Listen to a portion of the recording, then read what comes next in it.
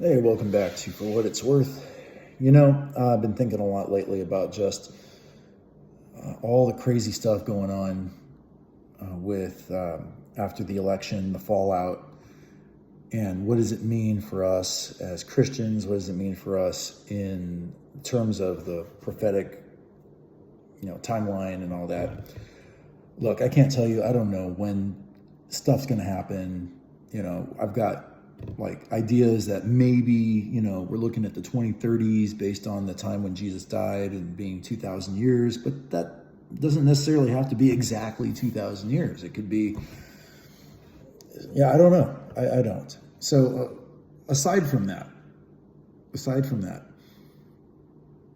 always thinking about, the time is near and the time could be at any time that all these things come quickly and should emerge into the 7-year tribulation, the time of the abomination of desolation, and then finally the coming of Christ and the rapture and all of that, in however order that ends up going down.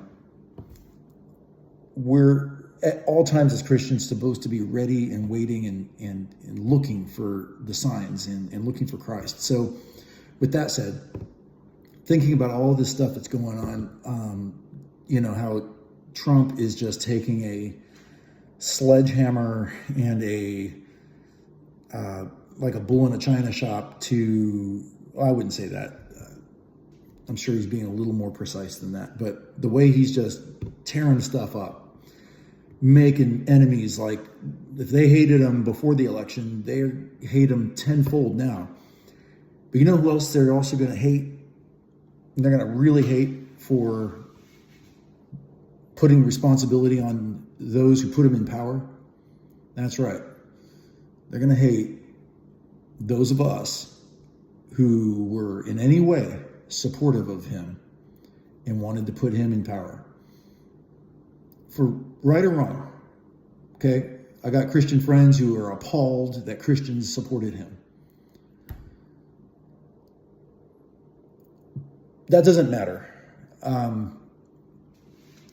The fact is, he is stirring things up so much in the world order. The globalists hate him. And like I said, I can't tell the future. I don't know. But I really don't think that we are really entering into this golden age of the U.S. and that things are going to be awesome for the next 50 to 100 years because of what Trump's going to do. I really don't think that's going to happen. I think we're too close to the coming of the Lord for that. But what is going to happen is that he's setting things up in some of the things that he's doing, like he just talked about Gaza,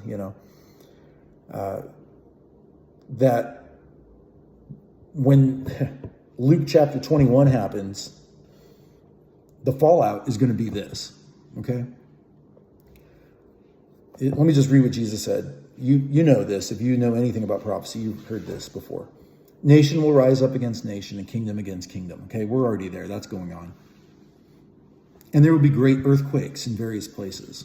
Okay, we've seen some of those, but it's gonna get worse. And famines and pestilences. We've seen that with COVID and now whatever else they're trying to invent. And then there will be fearful sights and great signs from heaven. Okay, thank goodness those drones were not that. At least not yet. But stuff like that's going to happen. But before all these things, they will lay hands on you and persecute you and deliver you up to the synagogues and prisons. You will be brought before kings and rulers for my name's sake. But it will turn out for you as an occasion for testimony. Therefore, settle it in your hearts not to meditate beforehand on what you will answer, for I will give you a mouth and wisdom which all your adversaries will not be able to contradict or resist. You will be betrayed, even by parents and brothers and relatives and friends, and they will put some of you to death, and you will be hated by all for my name's sake. But not a hair of your head shall be lost. By your patience possess your souls. This particular verse or passage here sobers me especially the one that you will be betrayed even by parents, brothers, relatives, and friends, and some will put you to death. That doesn't terrify me, it just sobers me. Because we're seeing that if you think the polarization that we are experiencing right now is bad, it's going to get worse. And I'm already seeing and feeling that kind of tension building amongst friends and family members and people that are not committed to Christ. And I fear a little bit as to what is that going to turn into. Will it be one of my friends, one of my family that will betray me? Will I be a betrayer? Will I be the one who is a coward? God forbid. But this is what we need to prepare for as believers. That we settle it in our hearts, that we are dedicated, that we are sold out to Jesus, and that death, betrayal, any of that stuff would be nothing for us. We would take it gladly. Just saying, we need to pray that we are prepared for that, and pray for our families and friends that they'll be ready for this, because this is what's going to happen first. There's going to be a persecution, and it's going to happen. It's going to happen in our country. It's going to happen to.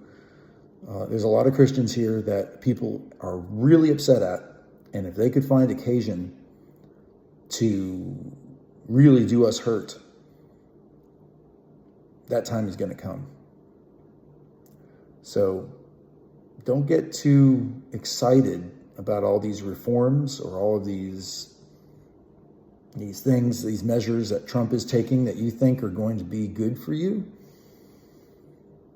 As much as I'm glad to see some of corruption being exposed, being confronted, I'm glad for that, but don't think this is going to set us up on easy street, that this is going to set up some kind of a Christian kingdom that we can all rest easy in. No, this is going to become the challenge of our generation, our lifetime, and many are going to fall away. And I remember what Jesus said in Matthew 24, that the lawlessness will abound and the love of many will grow cold. And just seeing so much of that today. Marriage is falling apart. Christians who profess to be Christians just involved in just shipwrecking their lives. And I'm not saying I'm immune to any of that. I've been on the brink of shipwreck in my life, and only by God's grace and continued grace do I not go over that cliff, and I pray I never do. Anyway, that's it for today. Just that thought. The end times, the whole idea of all of it and Christ coming is exciting in a lot of ways, and it's fun. It's like a thrill for me to see stuff and make the connections and see things in Scripture and put it together. But then you get these sobering thoughts that really hit home, and it should just cause us to run to Christ. And that's how I feel right now. Like I want to run to Him and say, Lord, hold on to me while I'm holding on to you. All right. I hope you'll do the same.